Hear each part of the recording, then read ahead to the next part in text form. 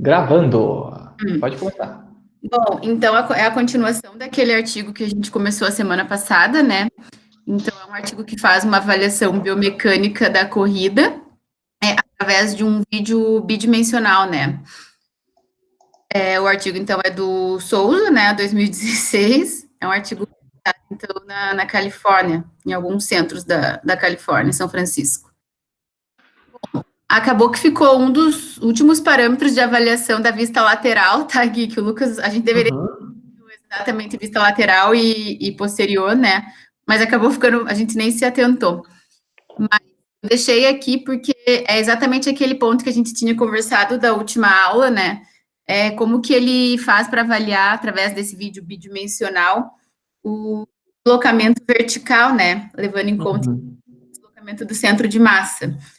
Então, para mensurar isso, ele, como representante do centro de massa, então, ele marcou, né, algum ponto, 2 pontos na pelve, na verdade, um ponto na pelve, e comparou esse ponto no momento, então, da extensão máxima do joelho, aqui, na verdade, no balanço máximo, né, o tanto que o joelho se estende, e aí faz essa elevação da pelve, pelo que eu entendi, tá? Qualquer coisa tu me corrige. E aí, depois desse movimento que ele vai, onde tu vai, né, caminhando para a fase do apoio. Essa altura, né, esse deslocamento da pelve, durante essa movimentação, então, pode te dar, né, uma noção, assim, do deslocamento vertical do centro de massa. E coloca aqui, então, o que está relacionado a isso, né, o porquê que isso pode predispor a maior tipo de lesão, essa maior extensão do joelho, né, que leva esse maior tempo de voo, um aumento de força, então, para desaceleração da perna, no momento que tu vai para a fase de apoio, e o aumento da intensidade de força de reação do solo, então, se tu tem esse deslocamento vertical muito alterado, tu pode predispor essas alterações. Essa é a última avaliação da vista lateral, tá? Depois, antes de entrar na vista posterior, ele cita algumas outras variáveis que tu pode utilizar durante esse teste de vídeo bidimensional. Então, ele cita barulhos na esteira, então, se tu acha que um lado do apoio faz mais força, mais barulho, né, quando o atleta bate o pé na esteira, pode, então, tu ver a força com que ele está fazendo isso, ou a simetria dos membros, o tanto que a esteira balança, e a parte da cadência também, né? Então, ele só citou essas outras adicionais que dá para tu também mensurar nesse teste. E aí, por último, então, ele colocou esses inúmeros parâmetros de avaliação posterior, né, do plano coronal. E aí eu vou descrever cada um deles aqui, tá? Então, o primeiro, ele falou da base de apoio, então, qual seria a base de apoio ideal para tu ver, então, de uma vista posterior nesse teste. Ele não descreve exatamente quais referências anatômicas tu pode usar para avaliar isso, tá? Ele diz que os pés não devem se sobrepor durante a corrida. E aí ele descreve se tu tem uma base de apoio estreita, que seria mais preocupante, assim, algumas consequências que tu pode ter. Então, uma fratura por estresse da tíbia, uma síndrome de atrito da banda iliotibial, alterações cinemáticas que predispõem a lesões na corrida, como adução e pronação excessivas do quadril. Então, ele só cita, assim, tipo, que os pés não devem ter um espaço mínimo entre eles, assim, mas não cita quais e nem nenhuma referência para tu olhar, assim, no pé. Tu te lembra se ele usa a expressão crossover nesse? Crossover. Não lembro. Se tu quiser dar uma olhada, a gente Não, tranquilo, pode continuar. Só porque já. eu lembro que esse aí tem um nome meio que eles usam, não lembrava de ser Base of Support. Mas tá tranquilo, pode seguir. Tá. Daí, aqui nesse outro parâmetro, ele, então, avalia o ângulo de eversão do calcanhar. Então, isso pode dar, então, uma noção do tipo de pisada, né, da pronação ou não do pé. Então, aqui eu coloquei só esses tipos, né, essa figura complementar, que está mostrando essa pisada pronada. Até vi que tua live de hoje é isso, é mais ou menos sobre isso, né, Gui? É isso aí. Oculta ali, Então, Laís. quê? Vai entrar mais na parte. O que foi, Lucas? Aperte em ocultar ali. Ah, tá. O botãozinho Me ali. dá uma noia. Cheio de toque. Hoje a live vai ser a gente vai entrar mais naquela questão da pisada em retropé, mediopé ou antepé. Ah, Do tá. que na neutra supinada. Acho que essa pode ser a próxima. Neutra supinada e pronada. Acho que é uma boa ideia. Então, aí até no meu próximo artigo fala bastante disso. Então, ele fala como tu pode avaliar a eversão do calcanhar, né? Que aí, consequentemente, tu vai estar falando a favor também de uma pronação do pé, uma provável pronação do pé. Então, ele cita aqui para tu marcar, então, na hora da avaliação bidimensional, um ponto abaixo e um ponto acima do calcânio, né? Que é onde tem duas etiquetinhas rosas ali coladas no tênis, né? Não sei se dá para tu ver, mas o risco tá bem em cima, que é o traço branco. Uhum. E então ele diz que duas coisas importantes. Aí depois tu traça, além de traçar essa linha que passa por esses 2 pontos, tem essa outra linha que traça em direção à panturrilha, né? Ao centro da perna, que passa em cima de outro rosa aqui. Então, tipo, esse ângulo é importante. Primeiro, ele diz que tu tem que avaliar o ângulo de eversão do pé, né? Então, quanto maior esse ângulo, né, entre essas duas linhas, maior a eversão do pé, a inversão do calcanhar, né, e pronação do pé, consequentemente, e além de ter o quanto tu tem de aversão, né, pode predispor a lesões, e a velocidade, eu coloquei até aqui nessa outra figura ao lado, a velocidade que ele entra, né, desde o apoio até a eversão total, assim, também é um outro fator que predispõe a lesões, né. Então, ele cita essas duas variáveis que tu pode avaliar nesse teste. Então, as consequências, uma fratura por estresse da tíbia, uma dor femoropatelar, tendinopatia de Aquiles. Então, é até o tema, né, do outro artigo fala bastante da eversão do pé, do calcanhar e da pronação do pé, como fator predisponente importante para dor patelofemoral ou femoropatelar, enfim. Uhum. Esse é um dos. Depois fala do ângulo de progressão do pé, então. Aí, como avaliar, então. Aqui ele usa esse termo de toe out, não sei como ele fala toe out no artigo, mas de toe in também. Enfim, o que eu entendi que seria isso, né? Qual é existe uma lateralização, assim, ideal, assim, da vista do tênis, que tu tem que conseguir ver nesse teste, né, e levando para a aplicação desse teste. Que tu considere normal, assim, para essa abertura, assim, da base, da fase do apoio da corrida. Então, ele diz que esse toe out é adequado de 5 a 10 graus da ponta do pé, e aí dá esse exemplo de tu ver essa distorção lateral do tênis do corredor ali. E aí ele diz que algumas causas que possam alterar isso, causar, então, um toe in leve ou severo, que ele coloca nas figuras B e C, é uma rotação interna do quadril, joelho, tornozelo, enfim, eu entendi isso, não sei se é isso. É isso aí, é a ponta do pé apontar para fora ou para dentro durante o contato. Aí ele diz que o tanto que isso pode variar, né, para tu considerar normal ou... Eu entendo que esse B e C tá alterado, isso? Tu tem... Na verdade, para mim, o A e o C, né? O A e o C estão alterados? Eu acho que Para mim sim. parece também. Eu entendi assim, no artigo, no artigo que tu tem que ter uma lateralização mínima, assim, da ponta do pé. Isso aí, um pouco tem que ter, daí saber ali se tá de mais ou de menos na A, porque para mim a B não tá ainda fora do normal, sabe? Tá apontando para frente a B. E a A pode estar tanto muito quanto tá normal, assim, é difícil ver Eu só acho por que uma foto, no sabe? artigo ele descreve como, não sei, depois eu posso até ver a legenda da figura, mas descreve como acho que a A a normalidade e a B a tu perder esse tal out, sabe? Pode ser, então de repente é um pouquinho apontado para fora o ideal. É que nem o Otávio comentou ali, Isso, o ideal é um pouco apontado para fora. exatamente. Tu ter Oi? E ele fala qual tipo de lesão se tem tal in, tal out? Dá uma lesão ou não fala? Não, ele não fala, ele só fala as causas, porque quando ele coloca as lesões prováveis, eu até descrevi como foi na parte anterior, né, na parte da inversão do calcânio, mas aqui ele só fala as etiologias, as prováveis alterações biomecânicas que causam isso, mas as consequências não diz.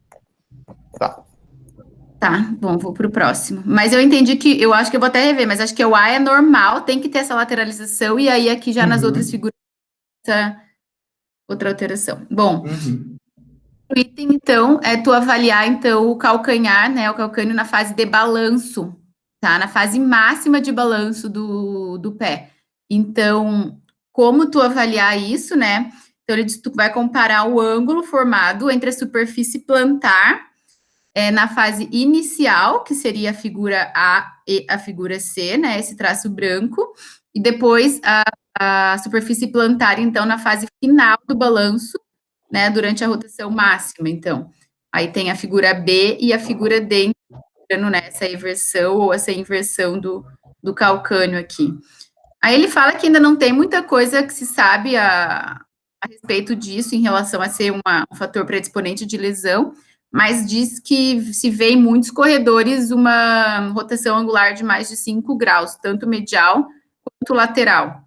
Tipo, é comum tu ver essa alteração, mas ele não cita nada em relação a quais lesões isso pode estar relacionado.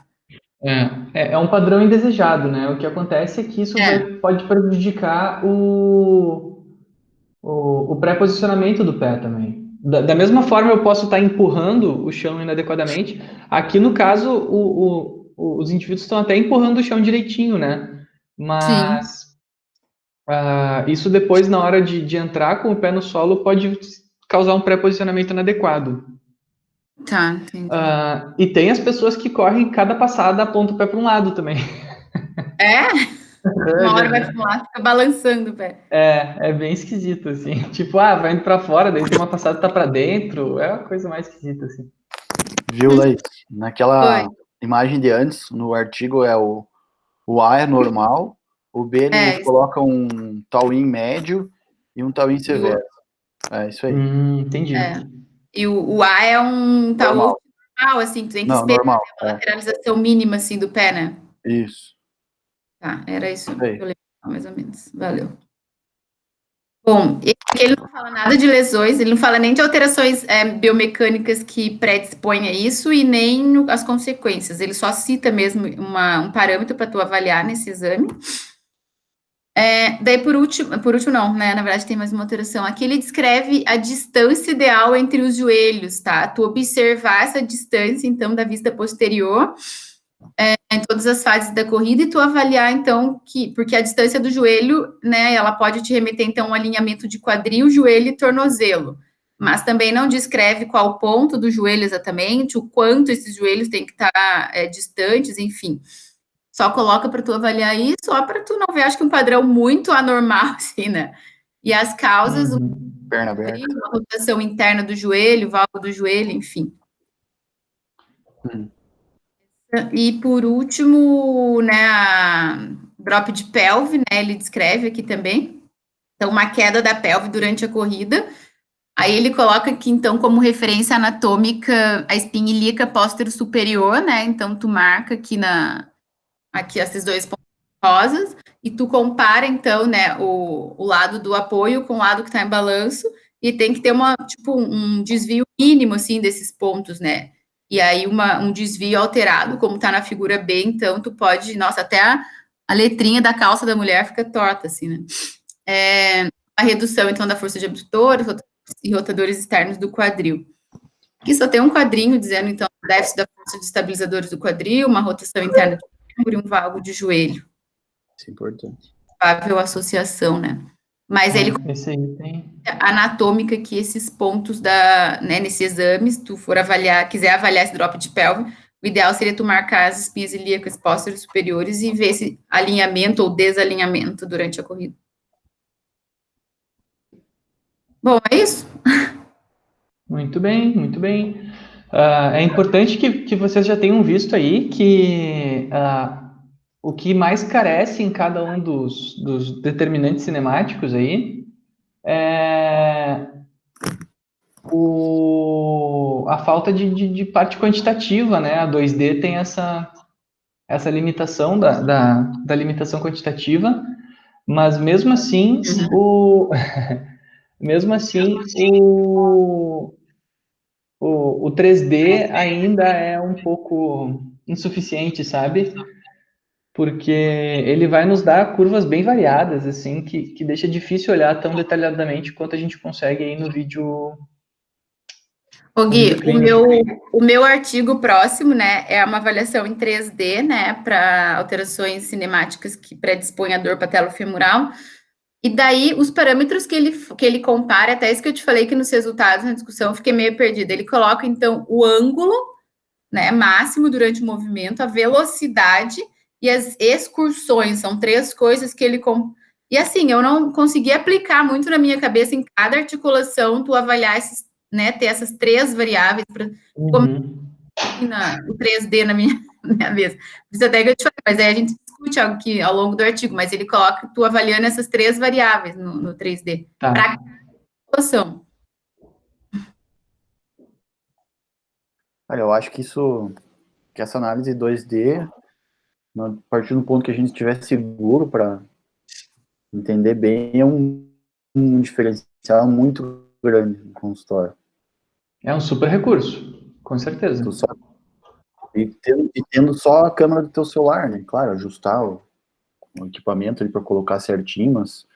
Eu acho que depois de um tempo de treino, assim, de avaliação, de visualização em si, tipo, e tu conhecer as principais, os fatores que predispõem e as consequências disso, tipo, é uma ferramenta muito boa pra gente. Esse aí. Isso aqui é um tripézinho que se usa para fazer essa avaliação aí, ó. Deixa eu mostrar para vocês. 500 pila? Oi? 500 pila? Que nada, meu. Isso aqui, menos 100 reais. 100 reais tu compra um. Sério? Aí, então... Ó, põe teu celular aqui. Muito e daí top. Quando a gente voltar para Caxias, vamos fazer, Vamos? Uma parte prática do grupo de estudos. Aqui, ó, e fica direitinho. Essa quarta, eu fui cedinho lá no laboratório porque não tinha paciente de manhã.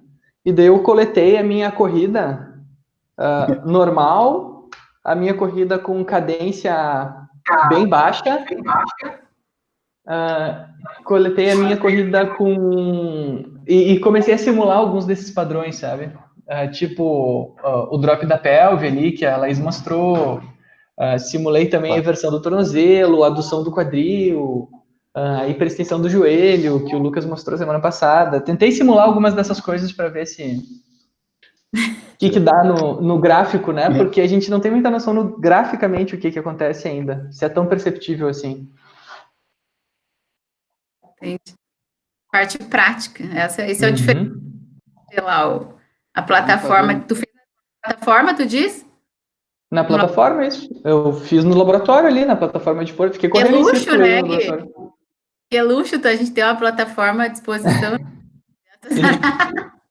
Tipo, eu vou lá pisar na plataforma com várias variáveis que eu vou criar e vou me analisar, né? Exatamente, esse é o plano. Esse é o plano, aproveitar que a gente tem os brinquedos e brincar com eles, né? Os brinquedos e todo o seu conhecimento, né? Porque eu podia pisar lá 10 vezes, que eu ia ficar pisando o dia inteiro lá. Vocês vão ver, a Dani vai mandar os laudos para mim semana que vem. E daí eu vou usar eles para o grupo de estudos também, para a gente começar a entender um pouquinho legal. Essa questão gráfica da corrida. Vai ser bem legal. Tô curioso para ver. Falar nisso, a discussão da paciente do Edu ficou para amanhã, né? Que tu marcou junto com a live. Isso, eu fiz. Eu não tinha marcado a live na agenda, e daí eu marquei no mesmo horário. Vai, ela isso lembrou ainda, ele me disse pra gente, tu não tem live? Não, ele me disse assim, tá, a gente vai fazer, ele falou no grupo que tem o Lucas, a gente vai fazer a discussão da Neiva lá do laudo amanhã às 8, daí eu entrei no Instagram da Kinetec, tua foto lá amanhã 8h30, eu disse, olha, acho que eu falei, aquele dono da Kinetec vai pegar ele pelo pescoço, porque tá ele esperando às 8h30. Deixa eu me esconder aqui. De vergonha. Boa noite, Guilherme. Ai, gente. Figura. Daí o Edu, não, vou falar com ele, que eu acho que ele tá cheio de coisa, coitado. Mas tranquilo. Bom, daí a gente faz de novo via Hangouts. Vou botar no grupo de estudo ali também, os guris que puder participar ali, o Otávio, a Dani, enfim, essa galera aí, podem entrar também. É pra gente lá começar a laudar, é legal, né? Tipo, ter uma noção dos laudos, assim. Isso aí. Tá. Então, agora eu vou pro outro artigo, tá? Que é o artigo que eu achei mais chatinho, mais difícil. Enfim. Deixa eu ver se eu vou conseguir colocar aqui de novo. Vou tirar aqui para não travar. Tá. Tenho que colocar apresentar agora. Já tá apresentando, né? Já, tu já estava apresentando. Já tá aparecendo a tela inteira? Sim, a gente estava vendo teus nude, hein? Sim. Só faltava, né? Olha, então, esse artigo, então, é um artigo de 2011. É um artigo realizado em 4 diferentes centros dos Estados Unidos. Esses são os autores. Então, é uma avaliação cinemática, então, dos membros inferiores, né? Em corredores de corrida, né, duração prolongada, em corridas de duração prolongada, em corredores com essa dor patelofemoral, então, né? Em corridas mais longas, como comporta essa parte da cinemática nos corredores que tem essa dor patelofemoral. Enfim, então, a parte introdutória, então, da dor patelofemoral é a principal causa, então, de dor anterior do joelho. É a lesão mais frequente em corredores de longa distância.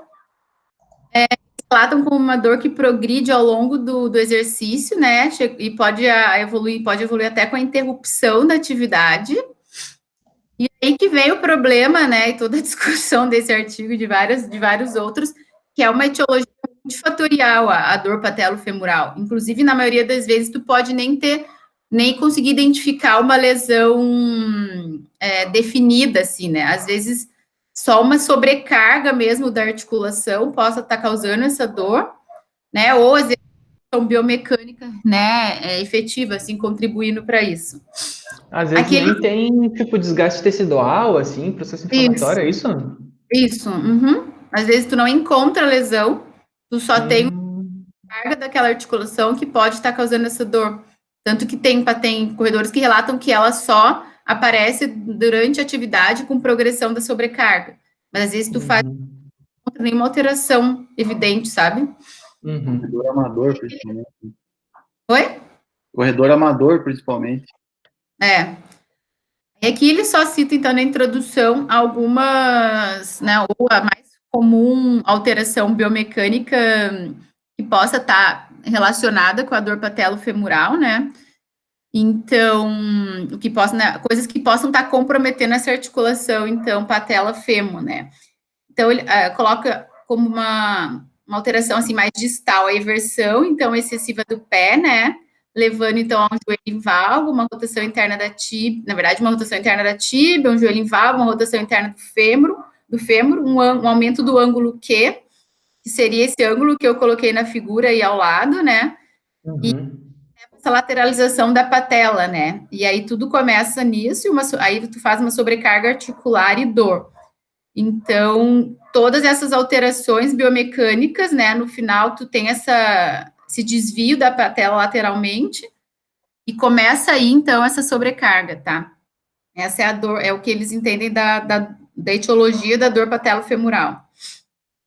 Outras alterações, assim, que possam causar, então, essa rotação interna do fêmur também, e esse desvio lateral da patela, então, seria uma instabilidade patelar em si mesmo, ou uma redução também de força de abdutores e rotadores externos do quadril, né? Então, assim, a etiologia que eu entendi é sempre essa, né? Fazer a rotação interna da tíbia, tu fazer a rotação interna do fêmur, aumento do ângulo Q e uma lateralização da patela. Isso pode estar sendo causado ou por uma eversão do pé, ou por uma instabilidade patelar, ou por uma redução de força de abdutores, enfim.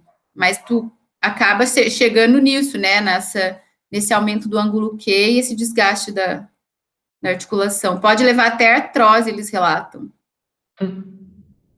Bom, aqui a gente teve uma aula, Gui, com um ortopedista do joelho que o Lucas até conhece, que chama Dr. André. E ele colocou esses slides a respeito da dor patelofemoral. Eu coloquei aqui só como uma questão de explicação, tá?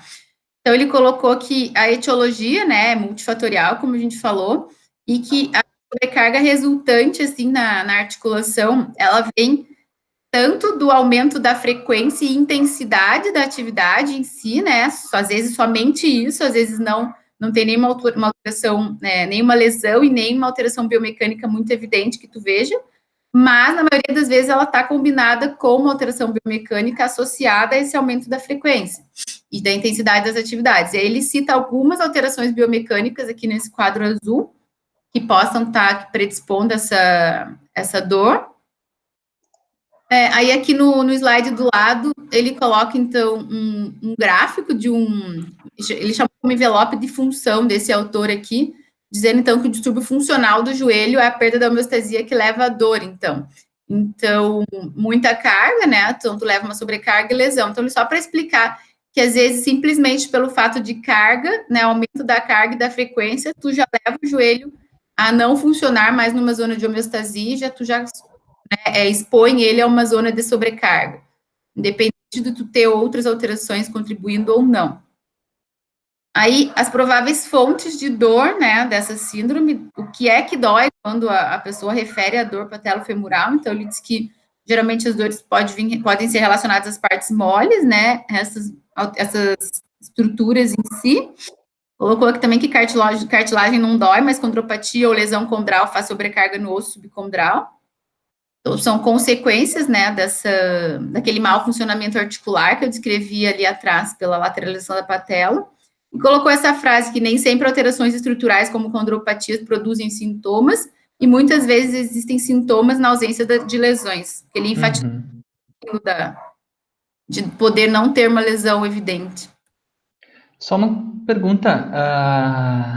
Ali ele botou assim, tendão patelar e quadricipital. Dor no tendão patelar também pode ser entendido como essa síndrome da dor femoropatelar aí? Tipo, a dor no tendão também ela entra nessa mesma...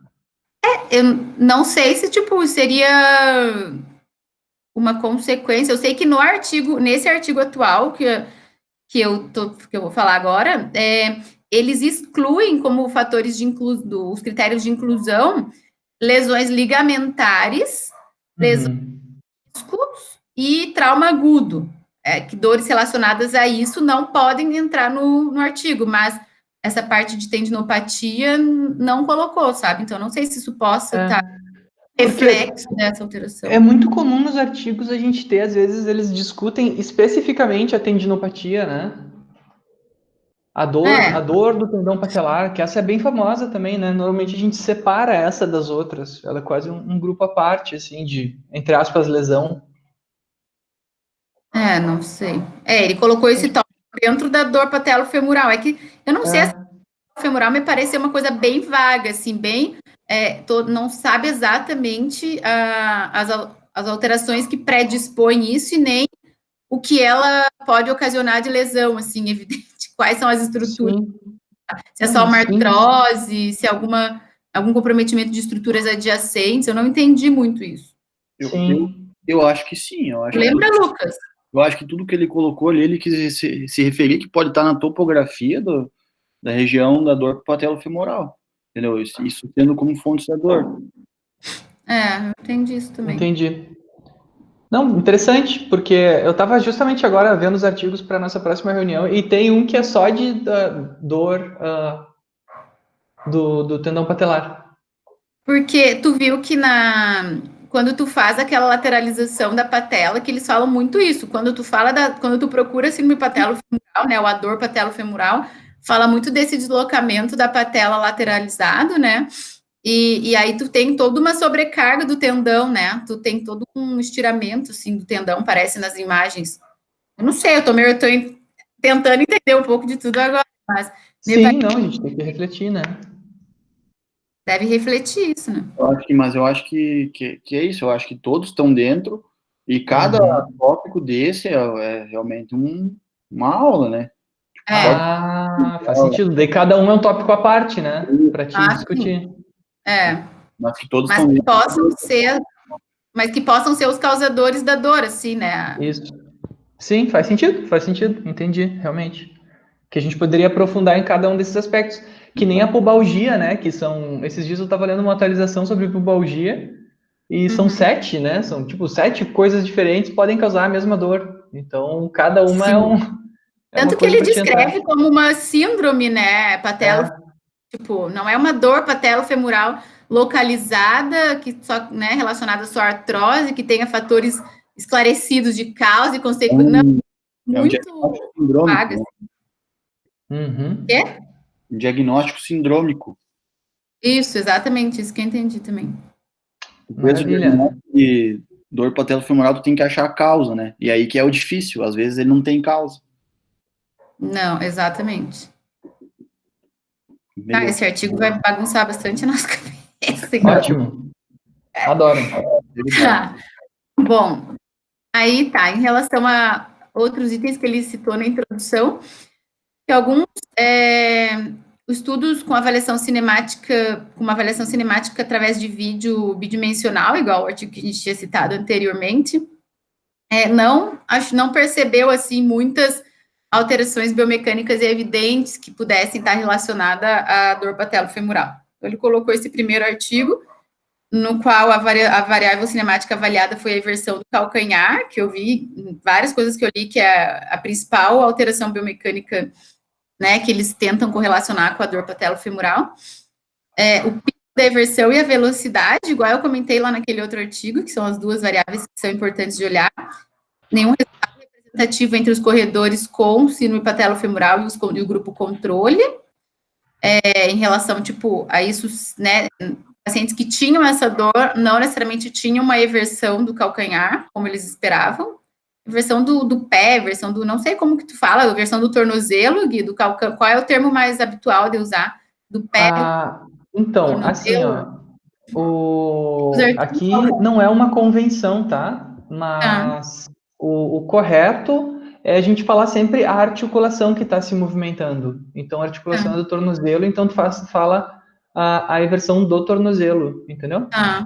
Beleza. Tá. Não é uma convenção, mas é que, por exemplo, a gente fala extensão do joelho, flexão do cotovelo, né? Tá, Então, a gente inversão sempre da fala... articulação Isso. Tá, bom. Então não foi observada essa inversão do tornozelo conforme esperado, né, nesses pacientes que tinham a dor, nos corredores que tinham a dor. E esse outro estudo aqui, a variável cinemática, então, também essa inversão do tornozelo, pico da inversão nesse caso só, não a velocidade, a rotação interna máxima do joelho e a adução e rotação interna do quadril. Somente um aumento da rotação interna e adução do quadril, além de redução da flexão do joelho nos pacientes com síndrome patelofemoral. Eles falam bastante da redução da flexão, né? Ou seja, os pacientes com a dor patelofemoral, eles tendem a correr com o joelho mais estendido para diminuir a força de compressão da articulação, né?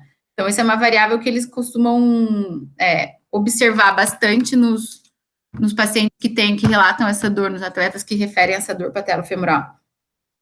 Uhum. Bom, eles colocam aqui como um mecanismo, então, de compensação para reduzir a compressão. Então, ele só cita, assim, na introdução, alguns artigos que foram feitos via 2D, né, e que não tiveram resultados expressivos. Então, por isso, talvez que eles que justificassem eles estarem fazendo esse estudo em avaliação 3D, para ver se tinha alguma coisa diferente. Sim. O objetivo, avaliar a cinemática dos membros inferiores em atletas com dor patelofemoral durante corrida de longas distâncias. O método, então, os critérios de inclusão, idade entre 18 a 45, todos tinham que atingir todos esses critérios, tá? Eram a idade de 18 a 45 anos, bem ampla, assim, a faixa etária. Corredores recreativos, padrão de corrida em retropé. E a síndrome patelofemoral, né, a dor patelofemoral, ela tinha que ser caracterizada, então, como uma dor anterior no joelho retropatelar, uma intensidade de 3, de 0 a 10, era dor mínima, assim, que eles tinham que relatar durante a corrida, e que essa dor, ela tinha que existir, assim, há mais de 2 anos, e a dor era a palpação da articulação patelofemoral, assim, foi feito por um fisioterapeuta, essa avaliação da caracterização da dor. E aí, como eu tinha falado aqui, eles excluíram, então, algumas prováveis lesões, né, dores que eles associavam no joelho, mas que tinham lesões de ligamento, menisco, traumas agudos, enfim. A metodologia, então, tênis, então, utilizado para pisada neutra, o joelho avaliado no grupo com a dor, né, foi o joelho com maior dor, no grupo controle qualquer um do joelho, aleatório. Então, foi feitas as instalações dos marcadores, como pode ser visto aqui na figura. Foi feita, então, uma avaliação 3D. Esse Vicom aqui, eu não sei se é o nome do... É o nosso, é o Vicom. Vicom é o quê? É o software? É o que é? Vicom é tudo. Ali, Tá. por exemplo, é a câmera, é o software, é a loja que vende aqueles aparelhos, sabe? É a marca ali do motion capture, né? Entendi, é o complexo todo. Isso. 3D, tá. Então, os corredores, eles fizeram um aquecimento de 5 minutos, né? Mas mantendo uma frequência média de 120 batimentos, não passava disso, o aquecimento não podia passar disso. Até começasse a corrida, então, eles poderiam escolher uma velocidade confortável para o teste, né? Também foi colocado um acelerômetro, né, na tíbia, e foi feita, então, uma avaliação no início e no término da atividade, e os critérios de interrupção, então, foi quando o corredor atingiu 85% da frequência cardíaca máxima, ou um esforço percebido muito difícil, que era caracterizado como uma nota 17, ou uma escala, no caso do grupo com a dor patelofemoral, eles tinham um critério de interrupção também pela escala de dor, seria uma nota 7, né, em 0 a 10, que seria classificado como uma dor intensa. Esse protocolo é bem importante a gente anotar, se a gente quiser começar a fazer pesquisa com público de lesão, assim, a gente ter esse tipo de referência. Né? Que eles controlaram frequência cardíaca, eles controlaram esforço, eles controlaram o nível de dor. Isso. Fizeram um aquecimento controlado por frequência cardíaca também. Muito interessante, todo o protocolo bem fechadinho, né? Complexo.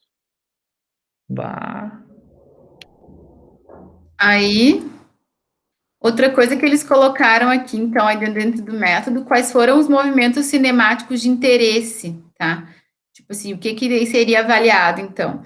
Então, num plano frontal, um plano coronal, né, enfim, frontal, que eles descrevem, tu avaliaria, então, a inversão do pé, a adução do joelho, a adução do quadril, num plano transversal, rotação interna da tíbia, a rotação interna do joelho, a rotação interna do quadril, no plano sagital, a flexão do joelho, tá? Aqui eu coloquei até a parte do artigo que descreve, Gui, aquela questão que eu te falei da velocidade, do ângulo, das excursões. Não sei se tu consegue explicar para a gente o que ele quer dizer isso, tipo, o ângulo que tu faz esse movimento articular, a velocidade que tu leva para fazer. Não sei, lendo aqui ou lendo o artigo, tu consegue entender melhor. Vamos lá. Variáveis para cada uma dessas articulações que iria ser avaliada, sabe? Isso aí. Deixa eu ver se eu acho aqui E na tabela de resultados, ele compara cada uma dessas 3 variáveis aqui, da velocidade máxima, do ângulo, para cada uma das articulações. Acredito, bastante coisa, né? Uma tabela grande deve ser. Ai, chata de olhar. Difícil. Deixa eu ver aqui. Aqui. Deixa eu ver se eu acho um lugar que tem um gráfico que a gente possa usar. Aqui tem. Eu vou compartilhar minha tela, daí eu acho que a gente consegue ir completando isso. Tá. Aqui, tela inteira. Compartilhar agora. Aqui e aqui. Aqui eu achei um gráfico, um laudo aqui de um paciente, né, da corrida. De cada articulação em cada plano. Exatamente ali o que ele está falando, tá? Então, por exemplo, tilt pélvico, né, que é a obliquidade, que é a anteversão e a posteroversão. Aqui é plano sagital, né? Então a gente pode ir olhando assim, ó. Plano sagital. Esses gráficos a gente vai devagarinho e aprendendo eles, né? A gente está indo no caminho desses caras aqui. Aqui, plano coronal. o plano frontal, né? E aqui plano transverso. Tá. Transverso. Daí o que acontece? A gente pode olhar cada articulação em cada um desses planos. Então, pelve, quadril, Joelho. Tá. joelho, tornozelo, né? Que é o que a gente apresenta no nosso laudo de corrida ali no laboratório, né? O que acontece?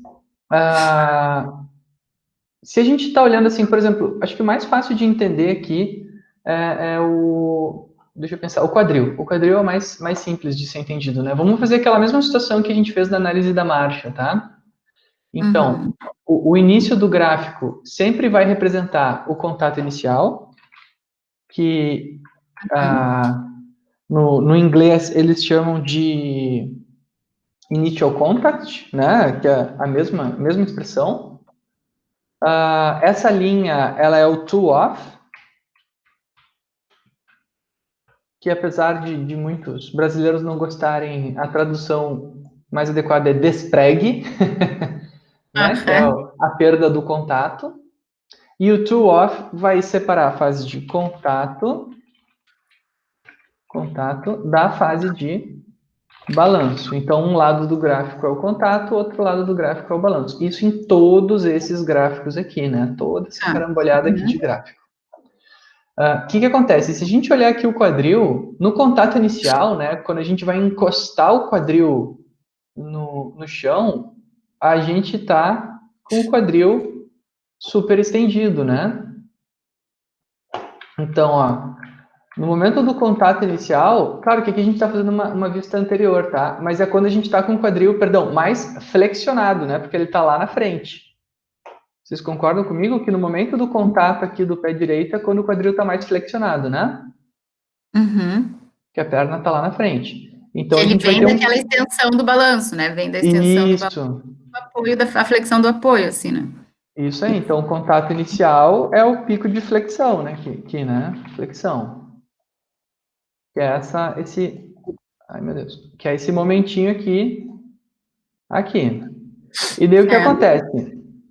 Eu vou estendendo, ó, flexão é para cima, extensão é para baixo. Eu vou estendendo o meu quadril, estendendo. Ou seja, deixa eu botar meu webcam aqui. Eu encostei o meu pé no chão e agora eu vou começar a botar minha perna para fora e eu vou estendendo o meu quadril para ir com essa perna lá para trás. E aí eu chego no meu pico de extensão do quadril, tá? Aquela figura que eu mostrei do artigo anterior lá para... Aquela figura que mostrava o deslocamento vertical tinha bastante certinho essa visualização sagital disso. Aquela figura a gente tinha até que ter copiado ela para botar naquele arquivo ali. Eu estou atualizando ele ali. Acho que seria legal botar aquela figura. Início do balanço vai ser o quê? Vai ser a extensão máxima, né? Então aqui, isso é o contato. E daí no balanço, né, durante a fase de voo, assim, o que vai acontecer? Eu vou flexionar o meu quadril de novo para encostar no chão novamente. Então, eu vou de novo para uma flexão. Bom, para que eu mostrei tudo isso? Para dizer, ó, isso aqui, daqui até aqui, se eu pegar esses dois valores, eu vou ter a excursão da minha articulação. Por exemplo, se eu vou aqui de 70 graus a menos 20, eu vou ter uma excursão de 90 graus. Isso é uma excursão. Tá, entendi. Tá? Que é a ADM. Eu chamo de ADM, Range of Motion, né? Ou ROM, né? Que é amplitude de movimento. Eles chamam de excursão. Entendi. Tu não visualiza exatamente o que ele quer dizer, né? Tu lê e não... Deixa eu ver se eu tenho outro melhor aqui para mostrar. Eu tenho um que a gente fazia no vídeo. Esse aí que tu mostrou é do jogador do Caxias? Isso, exatamente, lá do jogador. Mas eu tenho uns melhores aqui de uns clientes. Deixa eu ver aqui. As meninas fazem uns vídeos muito bons. Como tu sabe, Lucas, tu conhece a perna do moço, hein? Não, é que eu tava nesse dia.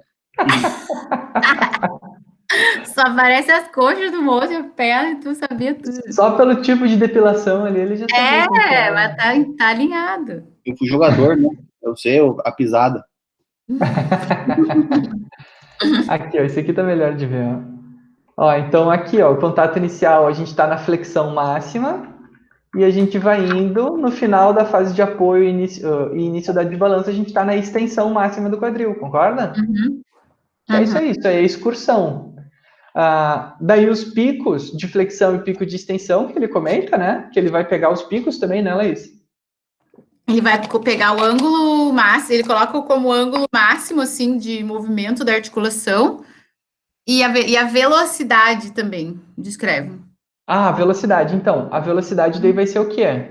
Ele vai ver que momento aconteceu o pico máximo, que momento aconteceu o pico mínimo, e vai ver o tempo que demorou para isso acontecer. Por exemplo, aqui demorou, sei lá, 0,2 segundos. Né? Então, se eu demorei 0,2 segundos para me mover 90 graus, me ajuda, Otávio, quantos graus por segundo é isso? 180 vezes 90 vezes 5 dá alguma coisa tipo 400 graus por segundo, sabe? 450 graus por segundo dá. Que seria a velocidade que ele fez esse movimento, tu entendeu? Tá, graus por segundo. Exatamente. Isso, por exemplo. Que eles usam. Isso aí, eles veem o tempo que demorou para a coisa acontecer. É tipo velocidade igual a distância vezes tempo, lembra disso? Sim, Só que eles fazem com graus, porque aqui é uma velocidade angular. Em vez de distância, eles fazem o quanto a articulação rodou, né? Exatamente, ele usa a velocidade angular. São essas três variáveis que a gente consegue ver aqui.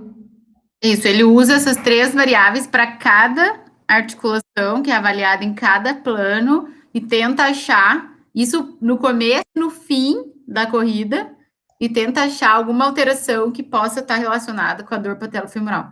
E se, né, repita em vários deles, em vários corredores, mas ele não acha, mas ele tenta achar. Perfeito. Cacete.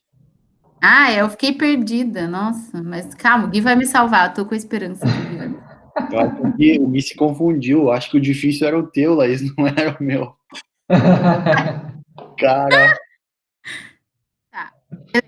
Aí, então, outro movimento de cinema. Gui, tu já terminou? Sim. Tá, eu posso colocar minha tela aqui de novo, então? Pode, claro. Cortou o Gui, cara, tá louco, Laís. Mas é que ele já tinha terminado a explicação das três variáveis. Me cortou no meio ali, eu ia terminar de dar minha palestra aqui. Não, a gente não perde suas aulas por nada. Só acender minha lâmpada aqui. Já foi a minha apresentação, tá aí, Lucas? Oi? Sim, tá aí a minha apresentação? Sim.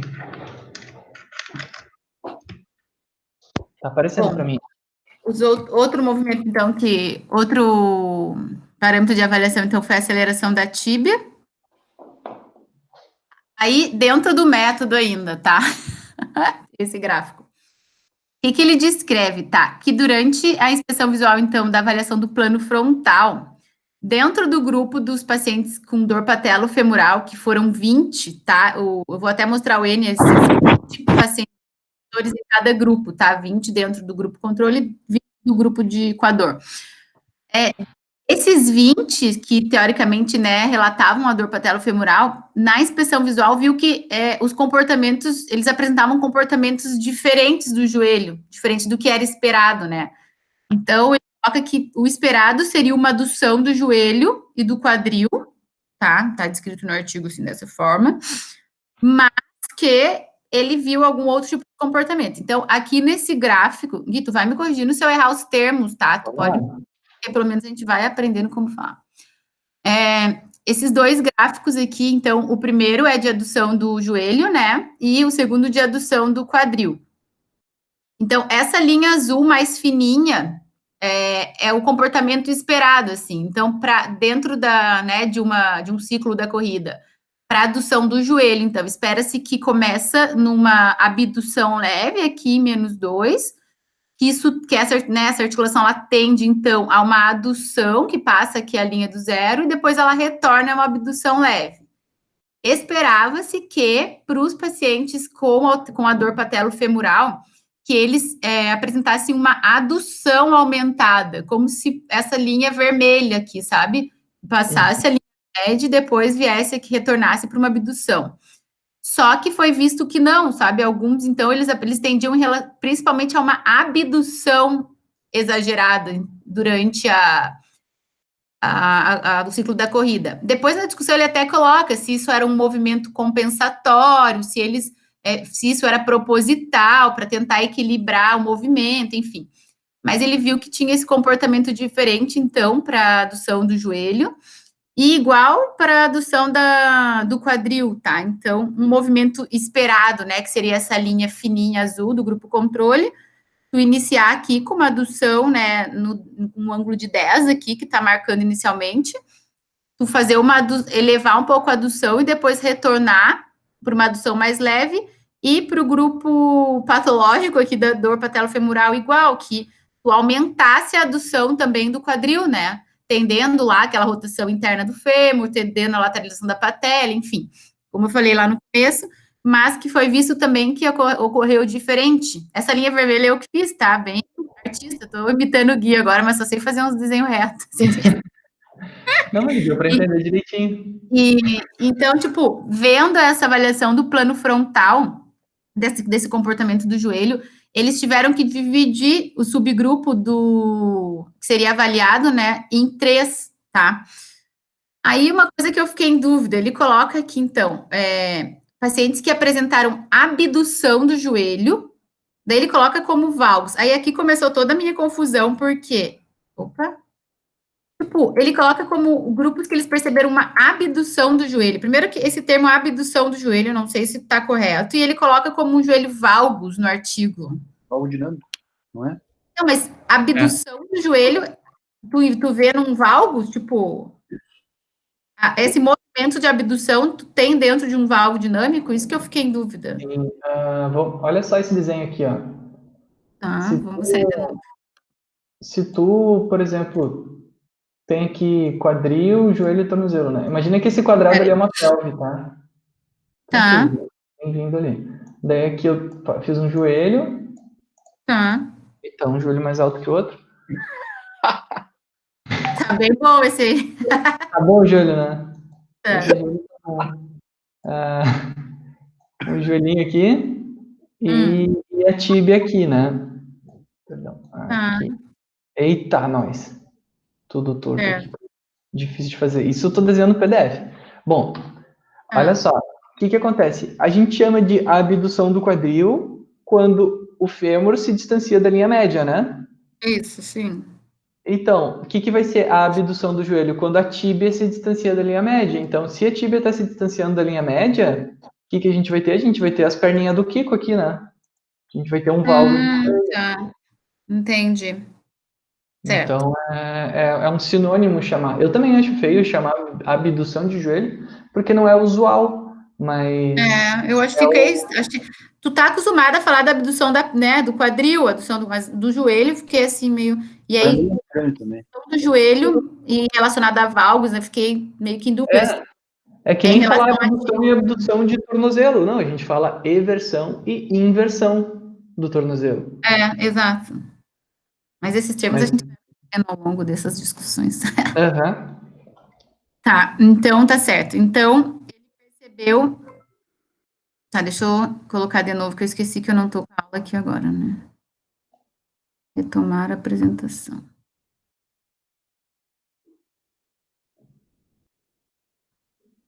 Tá aí, né, a apresentação de novo? Então, ele colocou aqui subgrupos, então, de abdução de joelho, que eram só 5, tá, que tinha esse comportamento, dos 20. Abdução de quadril, então, 8. E padrões típicos de abdução de quadril e joelho, que até daí eram parecidos, inclusive, com os corredores do grupo controle, tá? O restante dos corredores que tinham a dor. Bom, aqui eu só coloquei, então, para a descrição a divisão do grupo, né? Onde o artigo descreve isso, porque eu não tinha entendido, então era só para tu me ajudar, mas tu já explicou. Bom, então agora para o resultado, tá? Toda essa parte era metodologia. Então, primeiro aqui, só a divisão dos grupos, então, eu achei que ela ficou bem parecida, né? Eram 20 para cada lado. Peso, altura, idade, sexo, tudo bem dividido, assim, né? A quilometragem que corria por semana. E aí aqui o que teve uma diferença, né, que ele descreve com uma significância foi o tempo de corrida. Os pacientes com dor patelofemoral, então, eles correram menos, né? Obviamente pela limitação da sintomatologia, provavelmente. Aí colocou, então, os critérios de interrupção dentro de cada grupo, né? Obviamente que a dor não entrava no grupo controle, não era aplicado. E aqui dos 20, então, 12, né, interromperam a atividade por dor, né? Intensidade 7, lá que a gente tinha comentado antes. 3 pela frequência cardíaca, né, máxima atingida, 85%, aliás, da máxima. E 5 pela percepção de esforço lá, né? E do grupo controle, 14 pela percepção de esforço e 6 pela frequência cardíaca. É aquele protocolo que a gente conversou antes. Eu achei que o grupo ficou assim, harmônico, a divisão. Não sei o que tu achou, Gui, mas acho que sim, né? Acho que o critério de interrupção, eu acho que ele fez mais para caracterizar a amostra, né? Do que... Não é bem um resultado, né? Mas a amostra, sim. Bom, tá, agora começam os resultados, tá?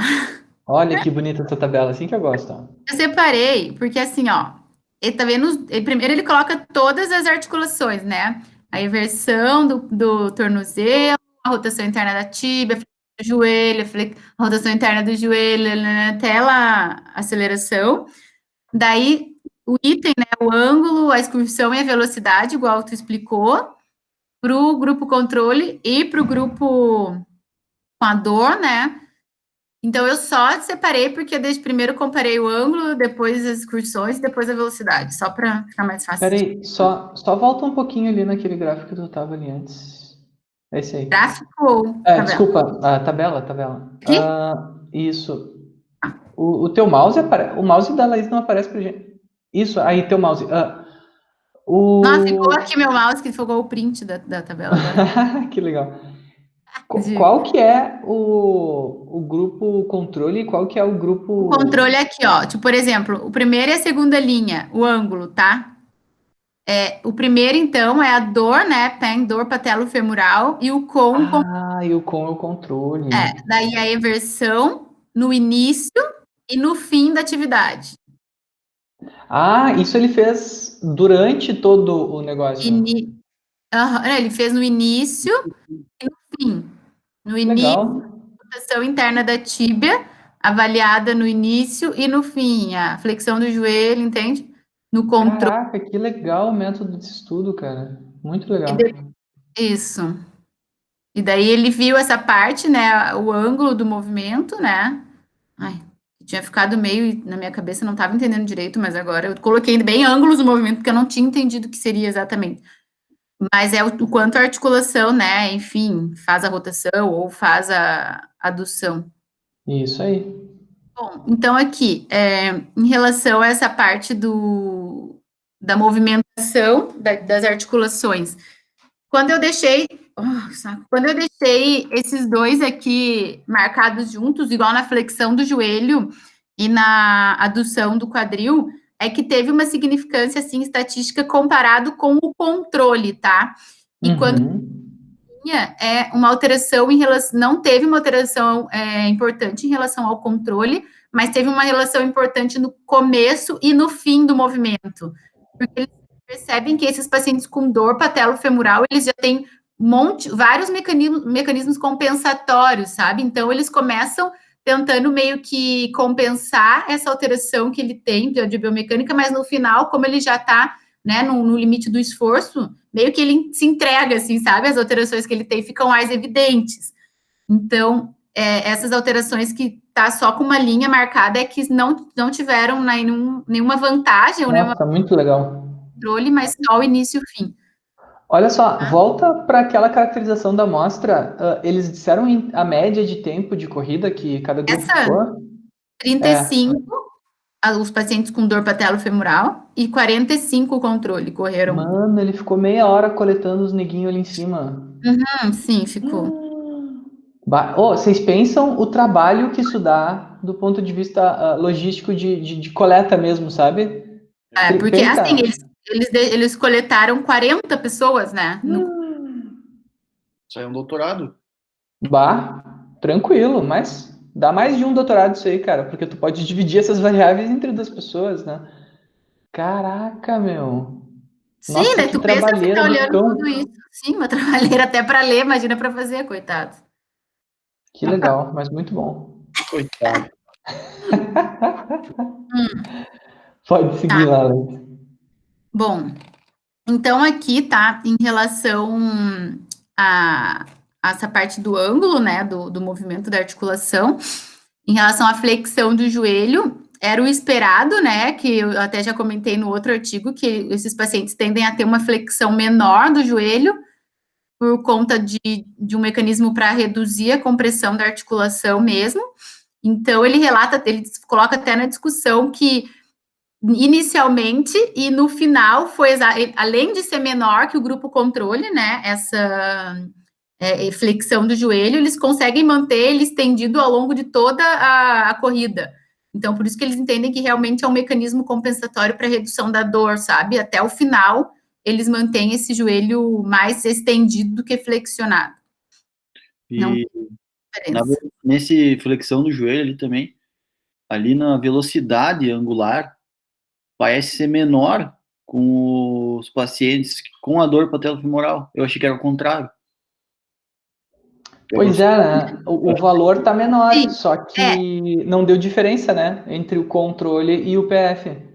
Pois é. aí assim, eu vou colocar depois a tabela, o que a discussão falou em relação à velocidade. Eu fui colocando cada item separado, mas tem um monte de item que realmente eles não conseguiram associar muita diferença, sabe? Tá, mas olha só, antes de tu mudar, eu já quero discutir algumas coisas aqui com vocês, Sim, tá? fica à vontade. Olha só, isso é bem interessante, assim, da gente olhar. Isso é uma coisa que eu falo em todas as lives, sabe? Que padrão de corrida não é o primeiro padrão que a gente coleta na esteira. Nunca é, sabe? E olha só todas as variáveis que mudaram em meia hora no mínimo de corrida, tá? Porque fizeram de 35 a 45 minutos, independente de se for PF ou com. Tá. Todos mudaram a inversão do tornozelo.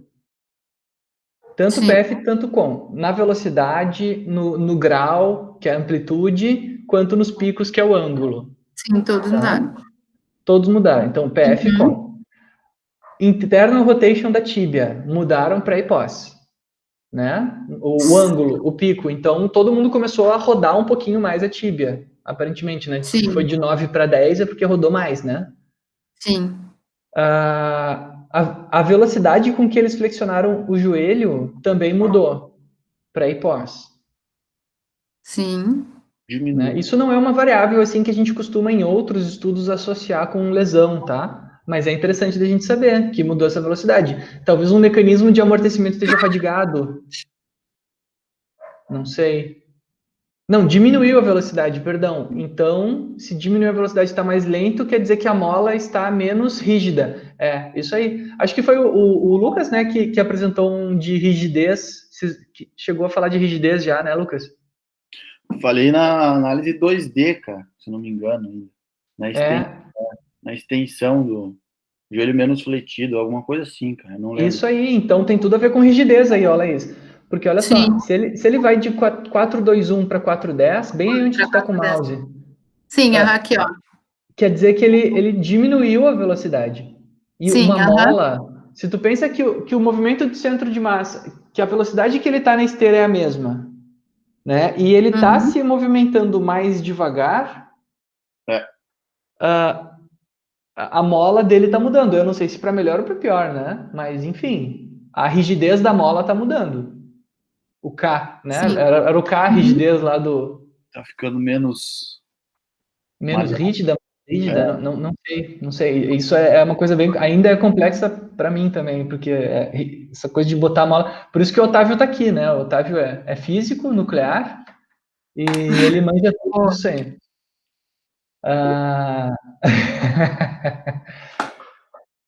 Outra coisa ali, a rotação do joelho também mudou. Nada a ver isso aí.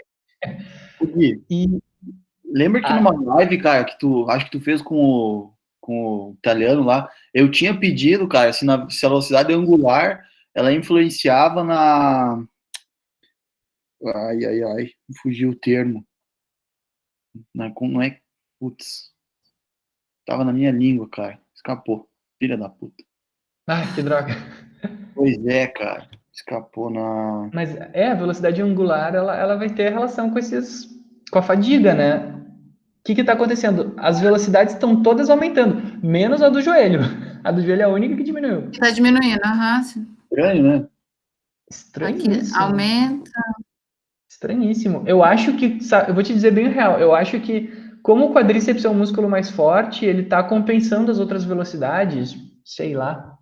Essa velocidade, a velocidade da adução do quadril também diminui, né? Pois é, mas é que esse aí tem 2 asteriscos, né? Daí, 2 asteriscos ele está comparando de baixo com o de cima.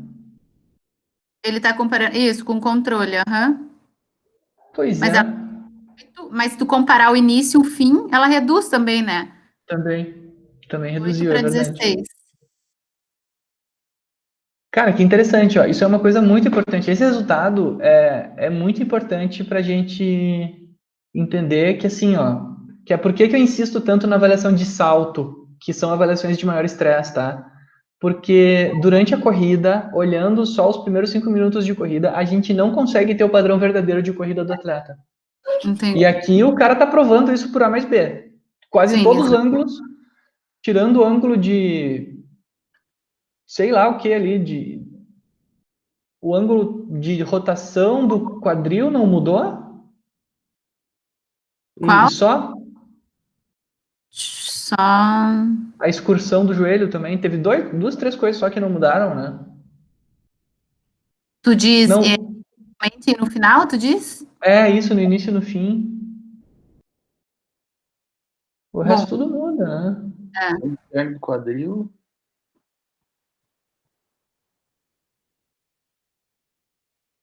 A adução do quadril.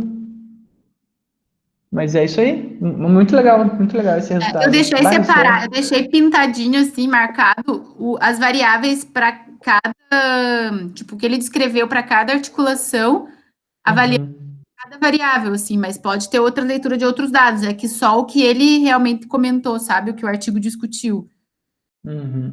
Não, mas tá ótimo, legal. Pode continuar. Tá. É que é bem importante esse gráfico, assim, que ele fique na nossa memória que ele existe, sabe? Porque depois, quando a gente começar a entrar na avaliação do salto, que é por que eu insisto tanto na avaliação de salto, sabe? O pessoal me pede tanto para fazer curso de biomecânica da corrida, só que eu digo, gente, o salto dá mais informação que a corrida, sabe? Porque a gente consegue ver essas mudanças aí sem precisar cansar a pessoa meia hora. Pensa vocês num consultório tendo que correr meia hora com o cara na esteira. O teste lá do IME que a gente faz de ergométrico, ergospiro, 9, 10 minutos já é cansativo tu esperar um paciente correr 10 minutos. Sim, claro. Então, tem limite também. Mas muito bem. Podem continuar. Tá, aí depois da excursão, né? Então, aí ele comenta mais em relação à eversão do tornozelo, né? A alteração no início e no fim. Aí ele comenta, então, da rotação interna da tíbia, então, no início e no fim, que foram as variáveis que apresentaram maior alteração, e a rotação interna do joelho. 10 e 6 para 11 e 8. Então, o que teve maior alteração, né, nessa amplitude de movimento, como tu disse antes, né, foram essas articulações. Isso para o grupo, né, não teve diferença entre o grupo, ele não comparou com o grupo controle, porque não teve alteração significância estatística, mas ele comparou entre o fim entre o começo e o fim, dos pacientes que tinham a dor. Tá, posso passar? Ou estão vendo a tabela? Pode passar. Daí, por último, a velocidade. Então, primeiro aqui, o que ele compara em relação ao grupo controle, né? Então, a velocidade angular, a adução do quadril, então, foi diferente, né? Em relação ao grupo controle, muito menor, né? A velocidade angular, quando tu compara. Isso a gente já viu até lá na outra tabela, vocês já tinham se atentado a esses dados na outra tabela, e em relação à rotação interna do quadril também.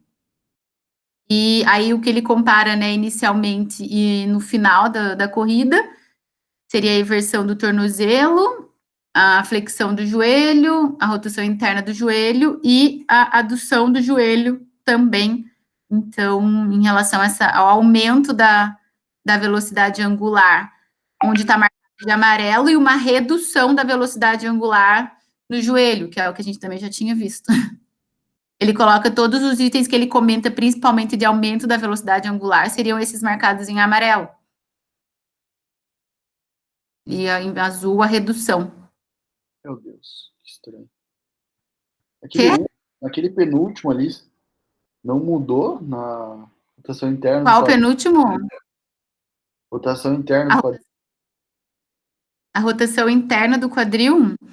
Tu diz a velocidade? 4.1, 4.1 e 75, 77. Não mudou a velocidade angular, não mudou, né? Isso que tu tá falando. Ah, sim, não mudou. Mas aí tu tem que olhar o de cima comparado com o de baixo, Lucas. Porque sim, tem dois asteriscos. Mas por que um valor tá 4.1 e outro 75.6?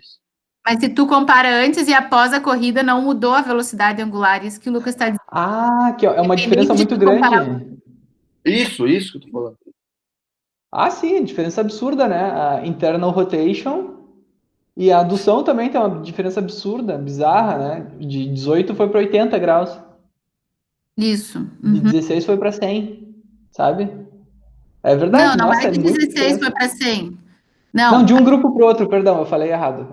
16 no grupo PF, 100 no grupo com. Sim, isso. Muita diferença, nossa. Será que isso é a pessoa, tipo, tentando trancar o quadril ali, controlar ele para não girar? Ele fala várias coisas de voluntário, sei lá, da musculatura. Mecanismo compensatório, sabe? Inclusive de controle motor, né? Isso.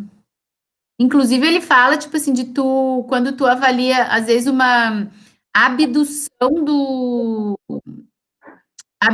do quadril em alguns pacientes com dor patelofemoral, que não é o esperado, mas tu vê uma elevação da pelve contralateral, tu vê que o fêmur fica alinhado, então eles acham que é um mecanismo compensatório que ele desloca o tronco para o lado ipsilateral, assim, sabe, da dor.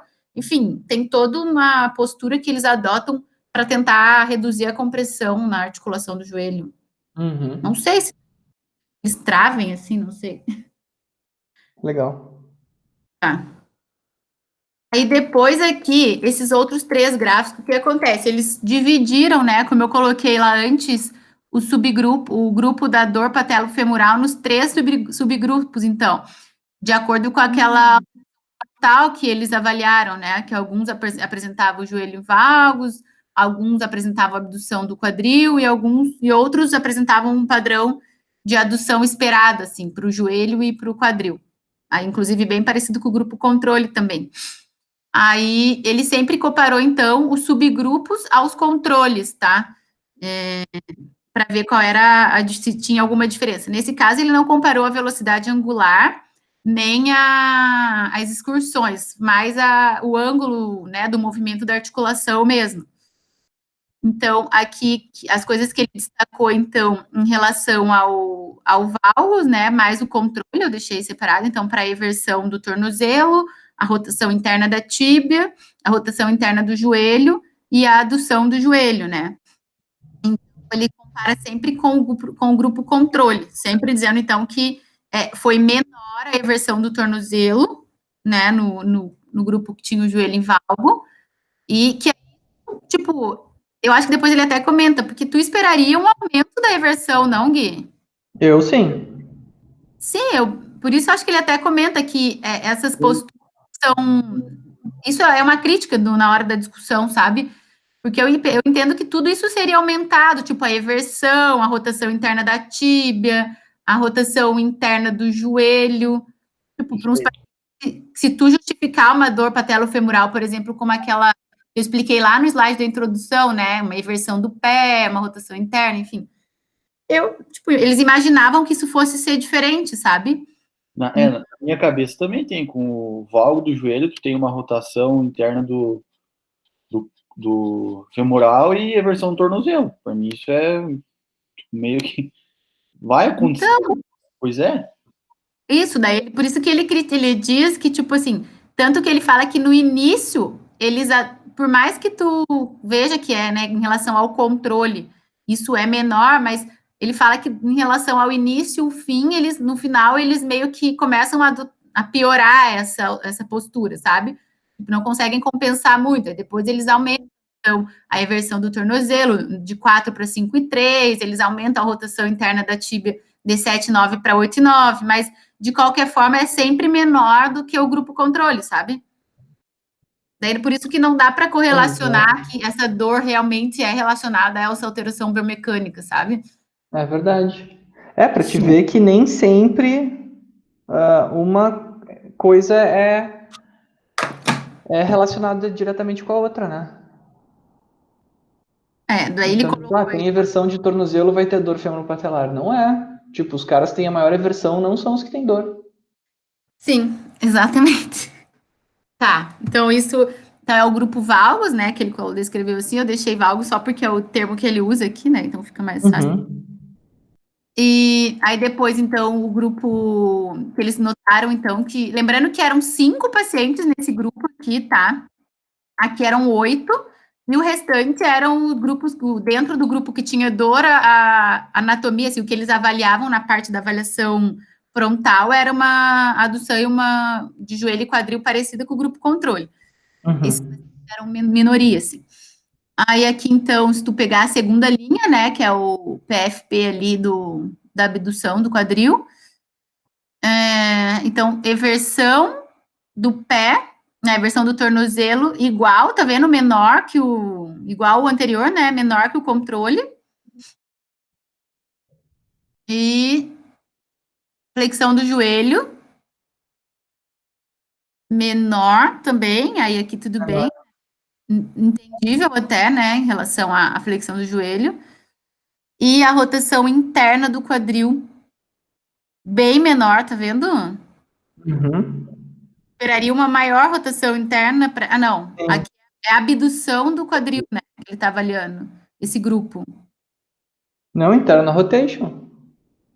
Não, o grupo... Peraí, põe o mouse onde tu tá olhando. Mas é o grupo que já tava... O grupo aqui, ó. Ah, tá, o grupo com o quadril abduzido, sim. O grupo com... Ele tentou segmentar as pessoas que tinham alterações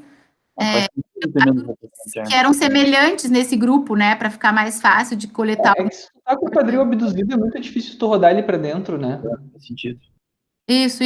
Então aqui eu entendi. Daí sentido, acho que a eversão do pé ser menor, do tornozelo ser menor também. Nesse faz, mas no valgus não faz. No valgus não faz, isso, certo. Aí os outros, né, que aí eram 8 no total, né, então os 12 restantes do grupo com dor, em relação ao controle, então, o que eles avaliaram aqui, então, o que eles viram de diferença, então, foi em relação à adução do joelho e a rotação interna do quadril. Então, a adução do joelho maior, tudo bem, aí faz sentido, né? E a rotação interna do quadril maior também nos pacientes com dor. Né? Tipo, que são os outros, mas são os outros dentro do grupo de dor, mas que tinham comportamento que era valgo e não era abdução de quadril. Nossa senhora. Que faz sentido. Que loucura, né, esse resultado. Pois é, mas olha... Foi fácil de ler o artigo, Laís? Foi fácil de ler o artigo, Laís? Claro que não, foi muito difícil. Entender muita coisa, porque ele cruza cada uma daquelas variáveis com cada grupo, ainda coloca subgrupo para cada articulação, né? Que bagunça! Nossa! Daí... Eu me confundi mais do que aprendi alguma coisa. Isso aí. O quê? Me confundi mais. Quando achei que fazia sentido, mostrou que não faz. Mas é o que ele quer dizer exatamente, a leitura desse artigo é que não tem uma alteração biomecânica evidente, assim, para justificar a dor patelofemoral, sabe? Ele sugere a inversão do pé, uma interna do fêmur, né? Enfim, mas no final, tu pega o grupo que tem dor, tu não vê essa alteração em todo mundo, sabe? É bagunçado a etiologia dessa síndrome, eu acho. Acho que é exatamente bagunçar mesmo a cabeça. É mesmo. Cara, Bom, muito complexo. Muito. não sei se vocês querem ler depois, ver se entende alguma outra coisa diferente de mim. Mas a discussão, tá? Fui colocando meio ao pé da letra, assim. Ele colocou ambos os grupos, então, né, com a dor patelofemoral e o grupo controle, responderam de forma semelhante, assim, durante a corrida de longa distância, com pequenas diferenças, o que vai contra o que era esperado pelo estudo, né? Achou que teria muito mais alteração evidente e parecida dentro dos pacientes com dor. Os corredores com a síndrome, então, patelofemoral apresentaram menor flexão do joelho, que era o esperado, então, um mecanismo de compensação para alívio da dor.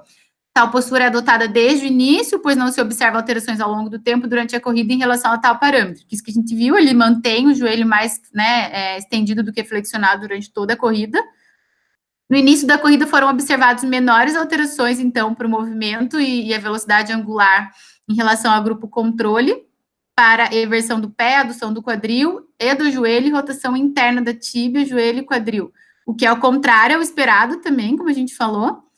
Aí também ele sugere o mecanismo para redução de dor, como se o atleta conseguisse, tipo, simular, sabe, essa melhora, assim. Igual tu fez criando a doença, Gui, eles criam, tipo, assim, sabe? No entanto, no final da corrida, houve um aumento da movimentação, né, e a velocidade angular na maioria dessas articulações. Acho que só na do quadril, que não mudou. No subgrupo, então, valgos, né, lá do joelho valgo, apresentou um menor movimento articular para eversão do pé e rotação interna da tíbia, joelho e quadril. Também vai contra o esperado, uma vez que, que é aquilo que a gente criticou ali, que a gente não entendeu, uma vez que o valgo do joelho está associado ao aumento desses movimentos articulares. No entanto, ao final da corrida, tais movimentos, né, aí eram de acordo com o esperado, mas mesmo assim menor do que o grupo controle. O subgrupo, então, dentro da dor patelofemoral, né, que apresentou abdução do quadril. Aí eles falaram, né, que era uma coisa totalmente atípica, assim, que não se esperava. Aí eles sugerem uma inclinação do tronco para o lado ipsilateral com um mecanismo compensatório. Daí relata que foi vista uma elevação contralateral da pelve, um fêmur alinhado no mesmo lado. Enfim, sugere se não é um mecanismo compensatório também, essa abdução do quadril. Aí a redução da flexão do joelho também foi maior no grupo, a redução, né, ou seja, mais estendido do joelho foi maior no subgrupo com abdução do quadril. Neste grupo também observou-se tendência para abdução do joelho e uma redução da eversão do pé. Então, aí a inclinação lateral do centro de massa como um mecanismo compensatório poderia estar, tipo, amenizando todos esses desvios, assim, teoricamente. No subgrupo, então, com a síndrome da patelofemoral com adução semelhante, né, àqueles outros 12 pacientes ao do controle, observou-se um aumento da rotação interna do quadril, no entanto, menor rotação interna do joelho. Acredito que isso possa ser compensado pela pequena rotação interna da tíbia. Pequena rotação interna da tíbia. A tíbia se manteve mais estável, teoricamente, isso pode ter compensado, então, ele diz que teria uma rotação interna do quadril, no entanto, como a tíbia se mantinha alinhada, tu tinha uma menor rotação do joelho. Não é possível definir a relação de causa e efeito, esse aqui é para piorar, Lucas, para confundir de vez. Não se sabe se as alterações causavam a dor ou se pela dor eles simulavam tais alterações, sabe? Eles moldavam a corrida. O que veio antes, o ovo ou a galinha, né? Exato, ele coloca isso na discussão. A crítica, então, tipo, um N pequeno, né, 20 corredores, assim, ele coloca como N pequeno, e que entre os subgrupos, quando comparou, então, as alterações do subgrupo com o controle, foi feita, considerou uma diferença de 15% somente, ele acha que isso possa ser pouco.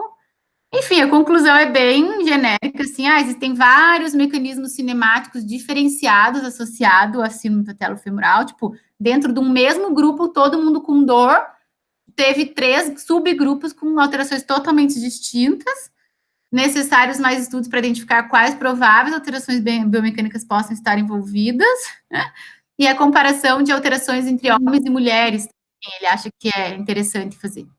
dentro de um grupo só mulher, grupo só homem, enfim. Concluindo. E a dor. Concluindo, não concluí nada. Mas isso é muito legal, cara, porque a gente sai com mais dúvidas, né? Porque, olha só, se a gente não entende qual padrão especificamente causou a alteração, a gente pode entender uma coisa: a mudança de padrões pode ser responsável e o organismo vai adaptar aquilo de formas diferentes em cada pessoa, causando dor ou não. Ou seja, não tem um padrão, depende de cada pessoa. Isso aí, é o organismo que vai reagir. Lembra quando eu falei para vocês lá na primeira aula que a gente teve no consultório do Edu ali, no consultório de vocês ali, que a gente conversou que cada corpo, o elo mais fraco é o primeiro a romper, né? Sim. Então, o que acontece? Ela vai ter alterações de padrão, vai ter movimentos diferentes, e o elo mais fraco é onde vai trazer sintomas. E no caso aí é a dor do... Mas outra coisa que eu fiquei, assim, pensativa também em relação à etiologia da dor, aquilo que a gente comentou lá, que tu questionou em relação aos tendões, enfim, a etiologia dos outros tecidos moles que possam causar dor, né? Porque a gente espera que tenha dor patelofemoral, né, dentro dessa síndrome. Tem algumas alterações biomecânicas evidentes, a inversão do pé, a rotação interna da tíbia, a rotação interna do fêmur, a lateralização da patela. Tu faz na tua cabeça, certo que é essa lateralização da patela, né, esse desgaste ali da articulação fêmur-patela. Mas não necessariamente, talvez essa dor venha disso, né, desse desvio da patela, dessa artrose provável, possa vir de outras partes. Tu pode ter uma alteração ali da articulação, mas ocasionando outras coisas, uma tendinopatia, alguma outra coisa. Não necessariamente tu tem que ter essa alteração biomecânica que a gente constrói na nossa cabeça, assim, desde a inversão do pé ou da rotação do fêmur, né? Não sei. Porque, tipo, não tem uma analogia, né? Cara, eu acho que a minha opinião é que na dor patelofemoral não tem um padrão. Se tu faz exame de imagem, não aparece nada, tu fica, tipo, meio que perdido, assim. Tu não vai ter se tu não achar nada de lesão, se tu não achar alteração biomecânica, tu diz assim, é uma dor patelofemoral. Exatamente.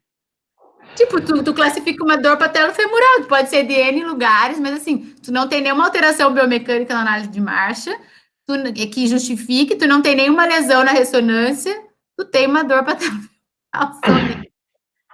Mas daí vamos pensar assim, perdido, assim, sabe? Vamos pensar assim, porque a gente tem que pensar também na complexidade do joelho, né? Sim. Porque ele falou ali, a síndrome da dor patelofemoral, ela pode ser a dor no tendão patelar, ela pode ser a dor na região dos côndilos, ela pode ser dor na região do platô tibial, pode ser dor na região anterior do joelho, atrás da patela, pode ser, sabe? Então, assim, se a gente pensar na cápsula do joelho, né, tem 2 ligamentos para segurar de forma rotacional, tem 2 ligamentos para segurar lateralmente, tem o tendão patelar, que é um ligamento, na verdade, que serve para juntar aquela estrutura óssea da patela com o músculo. Tem toda a cápsula em si e os tecidos que envolvem, tem inserção de um monte de músculo isquiotibial, tem inserção do gastroc. Então, tem muita coisa chegando ali que, cara, vai dar briga, né? É tipo um cabo de guerra, assim, né? Tem gente puxando para cá, tem gente puxando para lá, e a pessoa vai dizer da onde é a dor, sabe? Pode ser qualquer desse monte de coisa chegando ali, sabe? Mas o que esses artigos tentam buscar é, assim, uma alteração biomecânica, assim, mais distal, mais proximal, mais dentro, ou seja, relacionada à patela mesmo, da onde vem, qual é a alteração mais importante, né, correlacionada com esse distúrbio do funcionamento do joelho. É o pé que everte, é o fêmur que rota, é a patela que fica muito rígida e o fêmur tem que... Qual é o osso, assim, a articulação que causa, né? Mas não acha. Não há, exatamente. Eu ia falar isso. Não achou um padrão relacionado à dor patelofemoral. Nem no 3D, né? Porque o artigo ele criticou que não achou no 2D, daí ele achou que a avaliação bidimensional era pobre. para tu avaliar essas articulações, né? Achar a cauda. E daí ele foi para o 3D e realmente e continuou confuso, né? Sim. Sim, mas vocês não acham que o problema pode estar na origem? Tipo assim, é a mesma coisa que eu chamar uma dor de cabeça de fascite plantar e tentar achar um padrão na corrida para... Tipo, tu Sabe? diz Porque... que não tem uma alteração dessa biomecânica tipo da extremidade, do tornozelo? Ou Não, então, pode ter uma mesmo. alteração. Só que a gente bota muita dor no mesmo balaio. Ah, tá, entendi. Muita coisa no mesmo balaio e chama de dor femoropatelar, porque pode ser uma dor que vem dos côndilos, pode ser uma dor que vem por causa da patela, pode ser uma dor que veio por causa do tendão patelar, pode ser uma dor que veio por causa dos ligamentos colaterais, dos ligamentos mediais, sabe? Os ligamentos anterior, posterior, sabe? Então, é todo um monte de coisas que a gente bota no mesmo lugar e tenta achar um padrão para explicar qualquer uma de todas essas coisas aqui. Agora, como a gente falou lá no começo, se a gente pegar só uma delas, tendão patelar, sei lá, dor lateral do joelho, dor anterior do joelho, será que a gente não vai ter talvez um padrão um pouquinho mais definido? Não sei, tô elucubrando aqui, né? O que vocês acham? Porque eu acho, não sei se talvez se tu faz um exame nesses pacientes com dor patelofemoral, para tu ver se tem um mínimo de lateralização da patela também, não seria interessante, sabe? Fazer o exame de imagem, assim, porque ele correlaciona bastante isso, que a origem da dor possa começar nessa lateralização da patela, né? Bom, daí eu vou pegar assim, só os que deram positivo para lateralização de patela, eu vou fazer o exame da marcha, da corrida. Isso, teoricamente, para ver se tem uma justificativa com alterações articulares, assim, de outras, tipo de tornozelo, de quadril, entendeu? A chance de tu achar um padrão é maior, né? Isso que eu acho.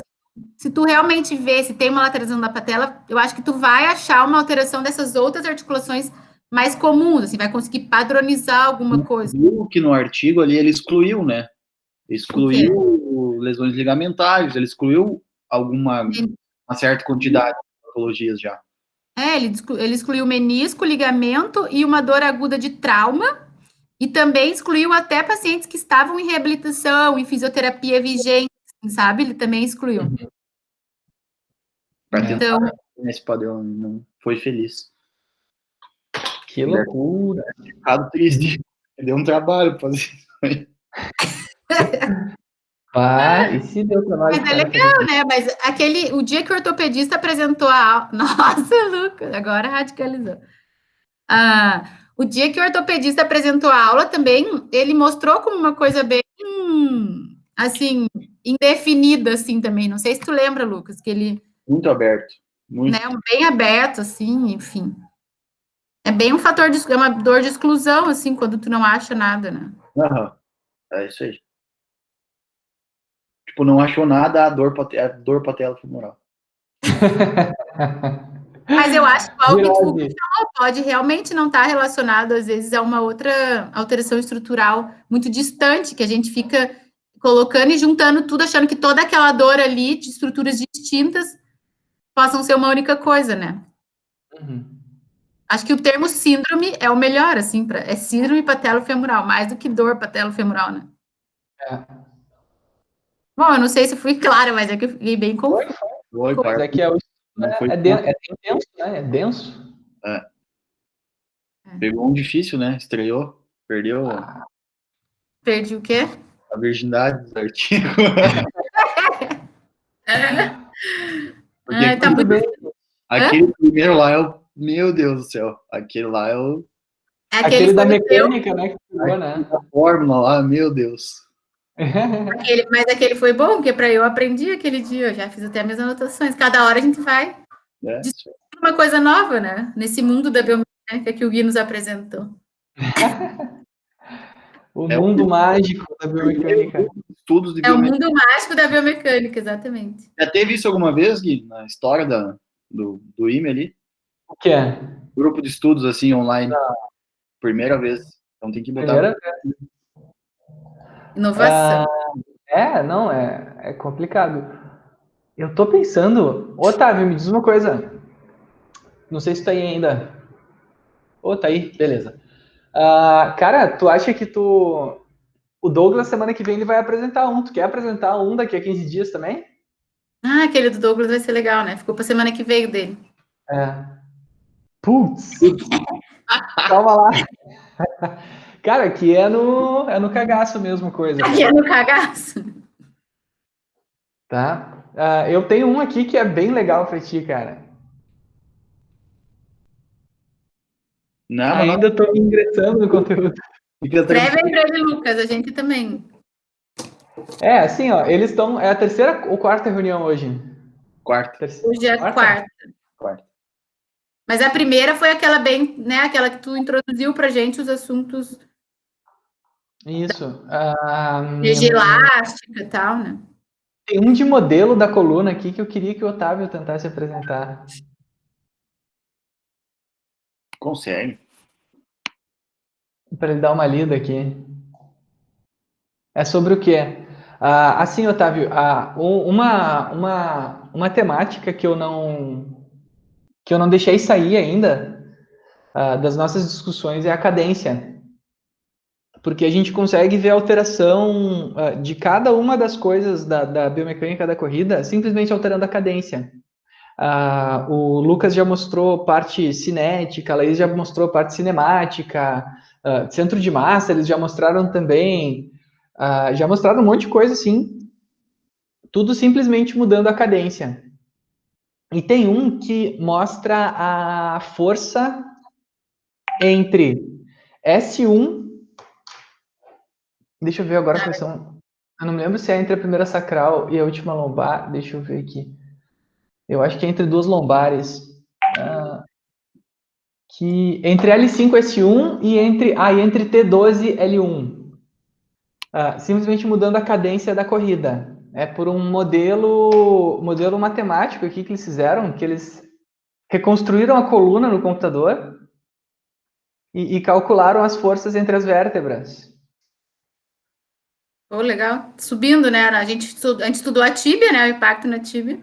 A gente estudou impacto na tíbia. Eu acho que esse de impacto na lombar, ele só é grandão, assim. Eu não sei se em 15 dias o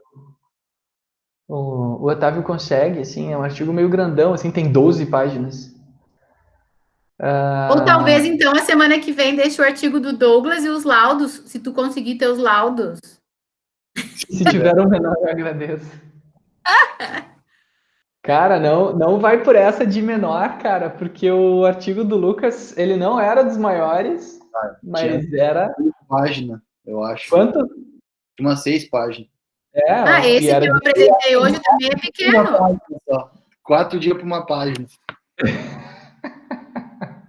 Não vai por essa de tamanho que é perigoso. Deixa eu ver outro aqui, então. Me ajudem aqui, gente. Eu vou pedir ajuda de vocês aqui. Diga. Eu vou compartilhar minha tela e a gente... É porque eu não sei quais que a gente já apresentou e qual que não apresentou ainda. Aqui do Schubert, 2014, que fala sobre cadência. Esse primeiro aqui a gente já apresentou, né? O Robara.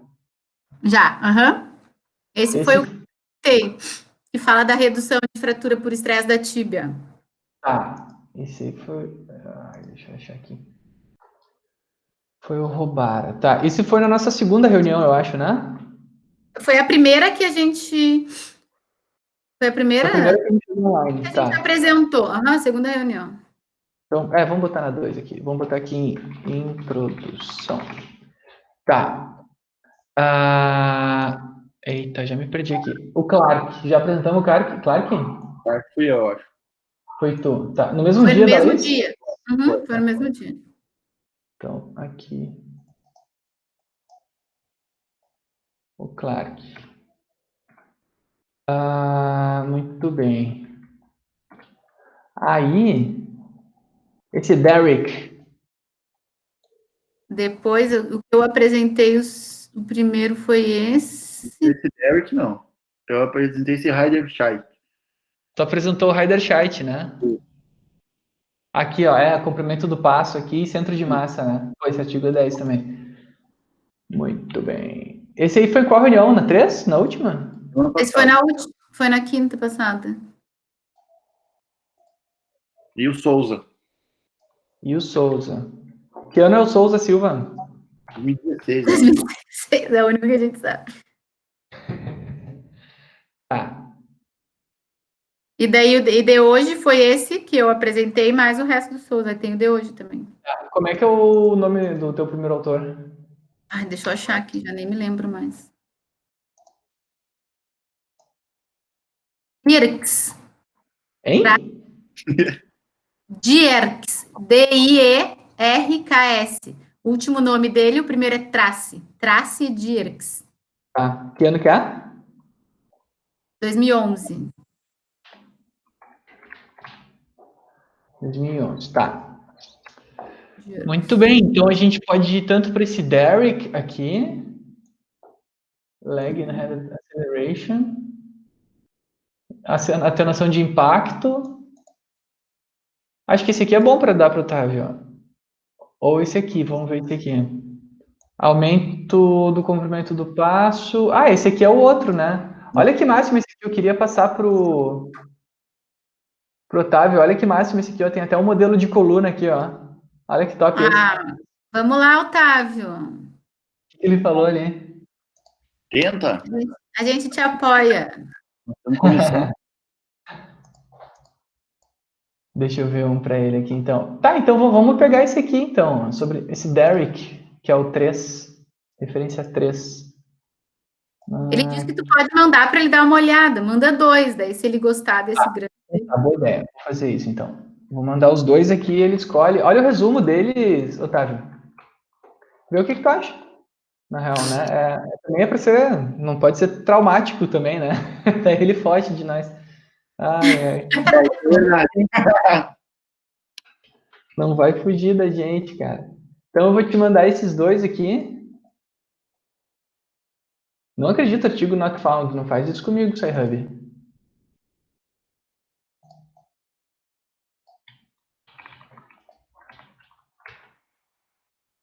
Oh.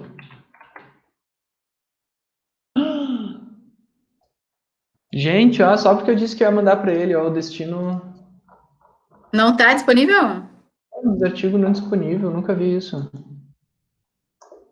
E que ano?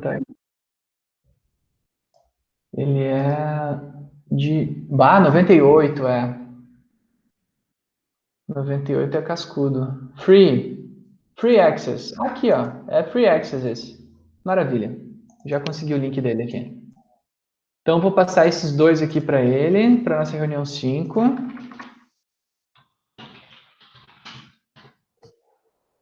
Eu queria, gente, fazer tipo uns highlights, assim, sabe, sobre cada reunião. Isso é legal. Lesão associada ou padrão fixo cinemático de corrida. Né? Assim, uns 2 highlights por artigo, assim, para a gente poder ter... Só para lembrar alguma coisa dessas reuniões, né? E esse aqui. Eu vou... Ai, gente, tem tanta coisa aberta aqui que eu já me perdi.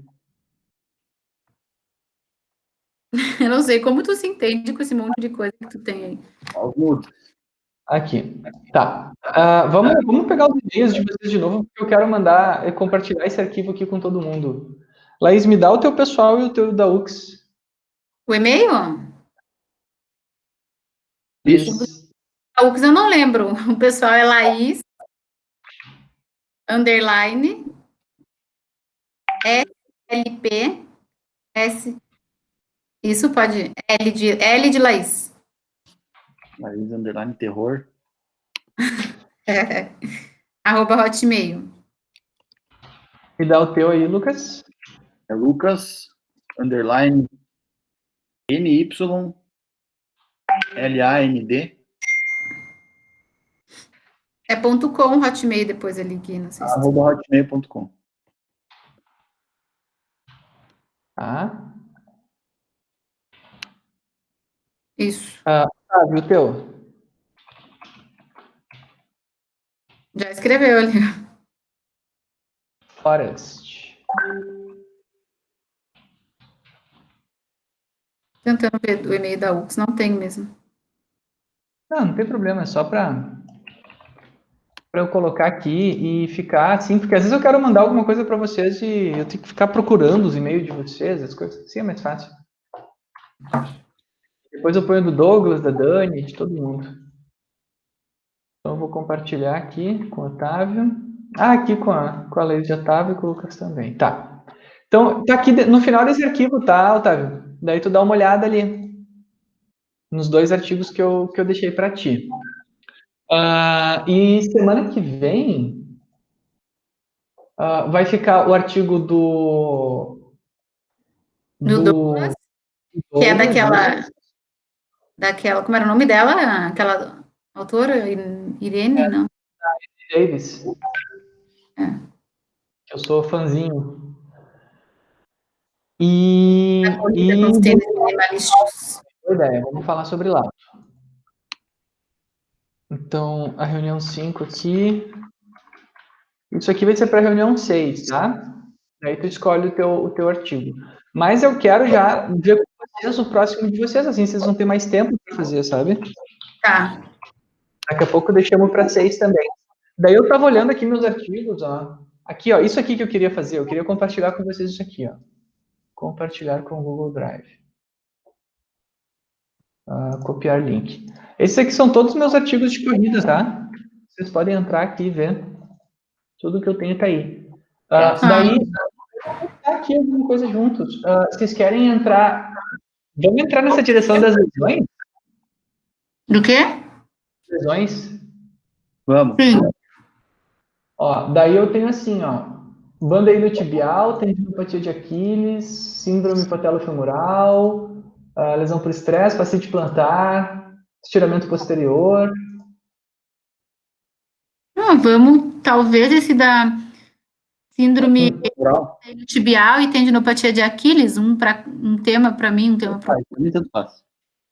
Tá, então vocês entrem ali e escolham uma lesão para vocês. Para vocês apresentarem na reunião 6, pode ser? Um desses artigos, tu diz?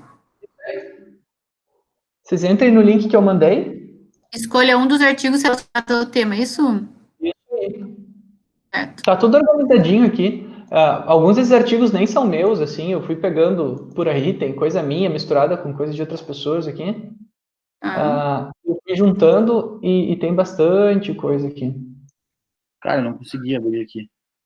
É porque ele vai pedir para te ser... Tá, eu vou ter que mudar isso de pasta, então. You need access. É por causa do e-mail da UX, porque isso aqui tá dentro do e-mail da UX. Então, o que eu vou fazer? Eu vou botar Já dentro mandou do o e-mail? Eu não recebi o e-mail. Não, tá aqui o link no chat. Tá. Eu vou mandar, então, no... Vou mudar de pasta. Consegui. Mas será que é hora que tu mandar por e-mail? Deu porque eu usei o teu e-mail, Laís, da UX. Nem eu sei meu e-mail da UX, tu sabe qual é o meu e-mail da UX. Ficou salvo.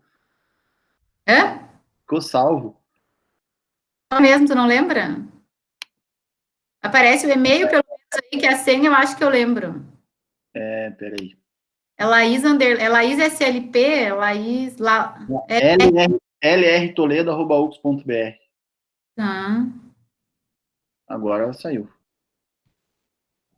Calma, eu vou botar nos dois. É porque eu tava fazendo um link novo aqui. Eu vou deixar os dois. Copiar. Colar. Vou deixar os dois. Eu vou fazer os dois links e vou mandar para vocês, tá? Daí vocês podem escolher ali, baseado nas lesões, qual que vocês têm mais interesse.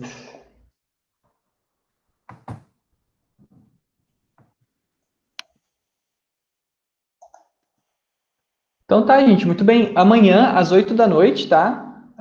Eu vou fazer, então, o laudo junto com o Edu. E se vocês quiserem comparecer, quer dizer, fiquem à vontade. Eu vou botar aqui o link para o Meet. Aqui no chat. Cadê o chat? Tá aqui. Fatores de risco para lesões. Meu Deus. Tá ali no chat o link para o Meet, se vocês quiserem entrar, e eu vou botar vocês também. Eu consegui entrar agora, mas não acho a pasta com os artigos. Não, eu ferrei tudo, eu estraguei tudo. Tu colocou... já entrei no link, não. Pensei que era o link. É que eu mudei ele de página. Acho que depois tu manda por e-mail, talvez, né? Pra gente. Vou mandar tudo por e-mail para vocês, daí vocês vão receber. Calma, coitado. Na semana que vem, então tem o Douglas então tá. e o Flávio. Isso? Isso, Douglas e Laudo. Isso aí. Tá, então beleza. Fechou? Certo, moçada? Fechou. Beleza, obrigada, Gui. Tudo é bom? Valeu, Gui. Um abração. Tchau, Lucas, até. Sucesso para vocês. Obrigado. Valeu. Pela ajuda. Tchau. Tchau, Otávio, prazer. Tchau, Otávio.